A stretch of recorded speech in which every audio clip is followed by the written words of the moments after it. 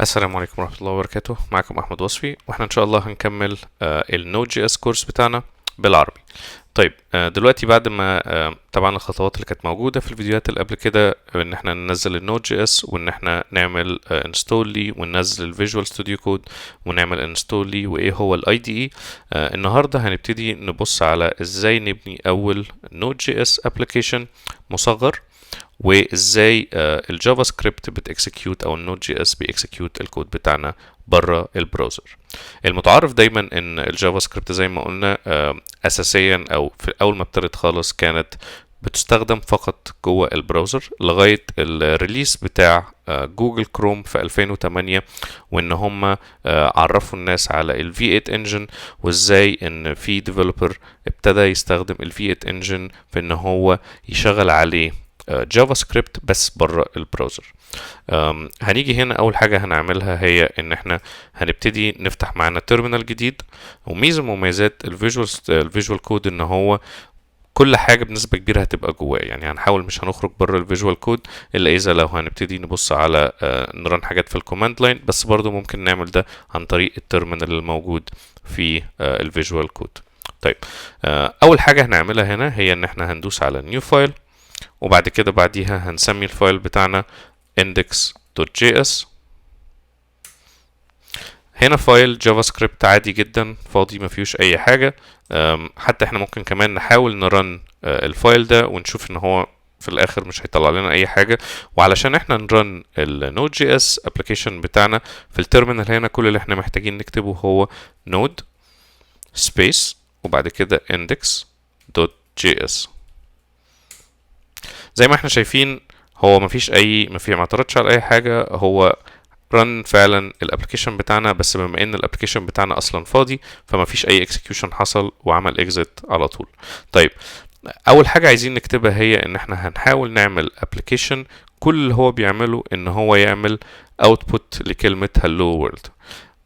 وزي ما لو حد كان استخدم جافا سكريبت قبل كده، النود جي اس نقدر نعمل فيه اكسكيوت بنسبه كبيره معظم الحاجات اللي كانت بتتعمل في الجافا سكريبت بتاع البراوزر، بخلاف المانيبيوليشن بتاع الدوم اللي هو نقدر ناخد حاجات elements موجوده يو اي ونعدل عليها وهكذا. لكن simple statement بسيطه جدا زي console.log هنا اقدر استخدمها برضو. وهنا هنكتب hello world والسيمي كولوم بتاعتنا، وبعد كده اسيف الفايل، وبعدين اجي هنا تاني ونكسكيوت النود index.js. هنلاقي هنا طلع لنا الهلو وورلد زي ما احنا شايفين. ودي كانت اول حاجه معانا، هي ان احنا ازاي مجرد نعمل لوج بسيط ابلكيشن مفيهوش غير سطر واحد بيبرنت كلمه في التيرمينال عندنا. طيب احنا هنبتدي نرجع تاني للمفهوم اللي احنا كنا اتكلمنا عنه في الاول، اللي هو فكره الايفنت لوب، ونجربه بايدينا ونشوف ازاي الجافا سكريبت بتعمل لها اكسكيوشن، وازاي ايه الفرق ما بين السync والاسync والستيتمنتس اللي بتكسكيوت على طول والستيتمنتس اللي بيتعمل لها اكسكيوت بعد كده في الايفنت لوب.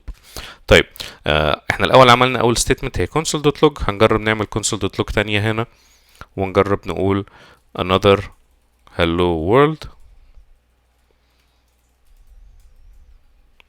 وبعد كده نسيف الكلام ده ونجرب هنا نرن تاني، وهنلاقي ان هما اتعمل لهم print تحت بعض hello world اللي في الاول وتاني واحدة another hello world. طيب الكلام ده سهل جدا، هو هنا بيكسكيوت علشان خاطر ان كل واحدة من دول هما sync، يعني هيتعمل لها execution على طول في الكول ستاك بتاع النود جي اس زي ما اتكلمنا. فهيعمل اكسكيوت لاول واحده ويطلعها بره الستاك، وبعد كده يدخل الثانيه، يدخل الستيتمنت الثانيه، يشوف اذا كانت سينك ولا مش اسينك، يلاقيها سينك فعلا نون بلوكينج، يعني هيتعمل لها اكسكيوشن على طول وبعد كده يطلعها بره الكول ستاك. طب نيجي هنا في النص ممكن نجرب حاجه جميله جدا، احنا عايزين نعمل set timeout. والset timeout دي فكرتها بكل بساطه هي ان الست تايم اوت اللي هيحصل جواها الفانكشن اللي انا هديها لها هيتعمل لها كول بعد عدد من الملي سكندز. بمعنى انا دلوقتي هنا لو جيت هديها الكول باك فانكشن بتاعتي، ودي anonymous arrow function، وممكن برضو نتكلم على anonymous arrow function في فيديو تاني، وهقول انا عايز دي تعمل لها execution بعد ثانيتين. يعني اي حاجه جوه الفانكشن هنا هيتعمل له اكسكيوشن بعديها بثانيتين. فانا لو جيت هنا عملت console.log اهو، ودي هنا this is a message from the callback function، ونعمل نفس الكلام هنا نسيف، وبعد كده اجي هنا اعمل clear ونعمل تاني node index.js.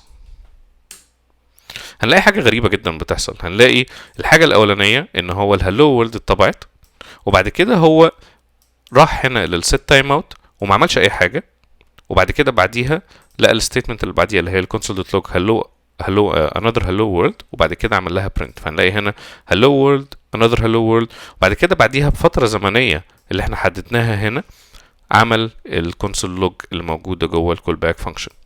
فده بيرجعنا تاني للكونسبتس اللي احنا كنا اتعلمناها في الاول، ان هي فكره الكول باك ستاك والايفنت لوب، وان الاول الكول باك ستاك هيخش لها اول ستيتمنت هيتعمل لها اكسكيوشن، وبعد كده هيجي يخش لها الستيتمنت بتاعت الست تايم اوت، هيلاقي ان هي حاجه مش هتخلص دلوقتي، فهيروح يوديها على الليب يو في اللي هتبقى يتعمل لها اكسكيوشن في سي بلس بلس، وبعد كده بعديها يخش الكونسول.log في الستاك ويلاقي ان هي هيتعمل لها اكسكيوشن على طول، فيعمل لها اكسكيوشن وبعد كده يطلعها بره الستاك، وبعد كده بعد ما الثانيتين يخلصوا بتوع الست تايم اوت الليب يو في هيقوم جاي مودي الحاجه للايفنت كيو، وبعد كده الايفنت كول باك هيبتدي يشوف هل في حاجه موجوده في الايفنت كيو ولا لا، وياخدها ويشيلها يوديها للكول باك ستاك، وبعد ما الكول باك ستاك ياخد الاكسكيوشن ويلاقي ان هي ستيتمنت هيتعمل لها اكسكيوت على طول في اللحظه، يقوم جاي واخدها وعمل لها اكسكيوت ونطلعها بره الستاك.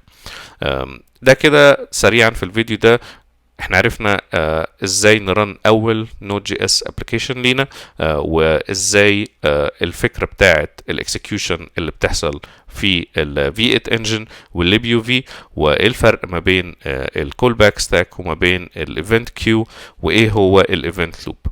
احنا هنوقف لغايه كده النهارده ان شاء الله في الفيديو ده، عشان نخليهم فيديوهات صغيره وتبقى الدنيا سهله ان احنا نرجع لها ونبقى معلمين الفيديوز كويس. وبعد كده الفيديو الجاي ان شاء الله هنبتدي نتكلم على ايه هي الموديولز، وازاي اعمل موديول عندي في النود جي اس علشان خاطر ابتدي اقسم الابلكيشن بتاعي لفايلز مختلفه، ونبص اكتر على بروجكت ستراكشر.